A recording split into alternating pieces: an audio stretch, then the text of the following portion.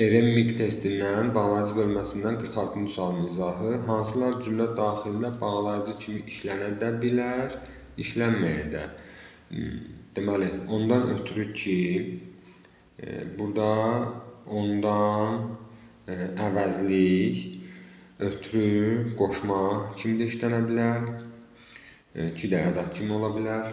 Deməli, bağlayıcı kimi ondan ötürü ki, ümumilikdə özü həm bağlayıcı kimi işlənir, səbəb bağlayıcı kimi, ayrı-ayrıqda da bağlayıcı kimi işlənməyə də bilər. Deməli, A-nı götürürük, deyir ki, cümlə daxilində bağlayıcı kimi işlənə də bilər, işlətdik, ondan ötürü bütöv şəkildə işlənməyə də bilər. Ondan əvəzlik, ötürü, qoşmaq ki də ədat kimi işlənə bilər. Sonra madam vurğusu dəyişməklə mənasını dəyişə bilərik və isim ola bilər, bir də bağlayıcı ola bilər. Beni də götürürük. Bağlayıcı kimi işlənə bilər. Həm hara baxsan bağlayıcıdır, mürəkkəb sözün daxilində də bağlayıcı kimi işlənir. Belə də bağlayıcıdır.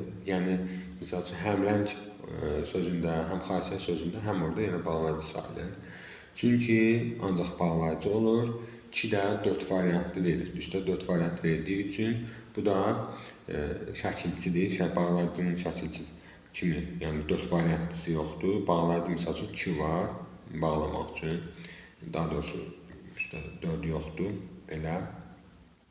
Bu ancaq nədir? Bağlayıcıdır ya da ədat kimi ola bilər. Belə versəydi biz onu bağlayıcı ya da ədat kimi götürə bilərdik. Amma üstə 4 variantı verdiyinə görə bu deməli bildirmək istəyir ki, bu yəni şəkilçidir. Biz bunu götürürük. Bizim cavabımız olur A və B C variantı.